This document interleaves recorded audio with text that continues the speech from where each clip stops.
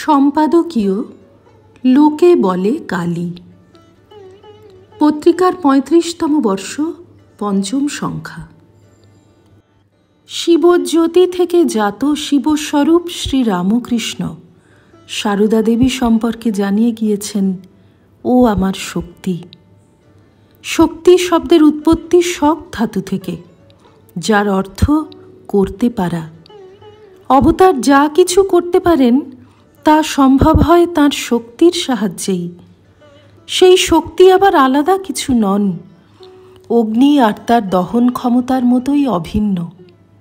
শ্রী শ্রীমা সম্মুখে স্বীকার করেছেন তিনি আর শ্রী রামকৃষ্ণ অভেদ। নিজের মন্ত্রশিষ্য স্বামী কপিলেশ্বরানন্দকে মা বলেছিলেন, আমি তো তোমায় মন্ত্র দিইনি, ঠাকুর দিয়েছেন। মানদা শঙ্কর দাশগুপ্তকে চিঠিতে জানিয়েছিলেন, মায়ের আর ঠাকুরের পার্থক্য শুধু রূপে, ঠাকুরই মাতৃদেহে বিরাজিত। সেই চিঠির একটি বাক্য ছিল, যেই ঠাকুর সেই আমি। মায়ের দেহে যে শিব শক্তি সম্মিলিত তার ইঙ্গিত মা স্বয়ং দিয়েছিলেন ভক্ত নরেশ চক্রবর্তীকে। নিজের বাম পদে পীত পুষ্প আর দক্ষিণ পদে শ্বেত পুষ্প অঞ্জলি দিতে বলেছিলেন, আমি হলদে ফুল ভালোবাসি আর ঠাকুর সাদা ফুল। একদিন এক ভক্ত জিজ্ঞাসু হন, ঠাকুর কি সদা সর্বদা আপনাকে দেখা দেন? আপনার হাতে খান এখনো? শ্রীরামকৃষ্ণের ঘোষিত শক্তি আর থাকতে না পেরে বলে ফেললেন, আমরা কি আলাদা? যতদিন এক সত্তা দুই দেহ ধরে ছিলেন ততদিন তাঁদের লীলা মাধুর্য বর্ষণ করত। যখন একটি দেহের প্রকট লীলার প্রয়োজন ফুরল, তখন অন্যতর দেহেই সেই আপাত দ্বৈধতা সম্মিলিত হল।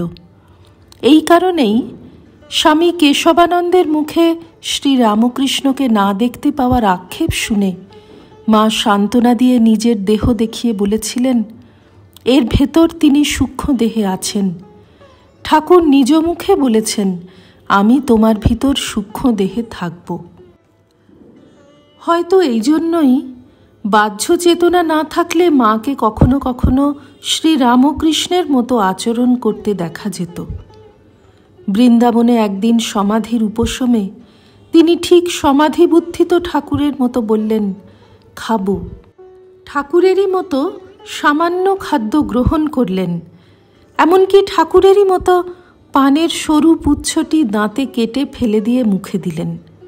সেই সময় তার প্রতিটি আচরণ হাবভাব হয়েছিল অবিকল ঠাকুরের মতো। সৃষ্টি, স্থিতি এবং সংহার, শক্তির এই তিনটি ক্রিয়াই কালী রূপের মধ্যে প্রতিকায়িত।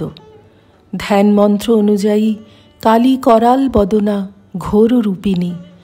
এই ভয়ঙ্কর মূর্তির সঙ্গে মিশেছে লীলা চাঞ্চল্যের স্নিগ্ধতা।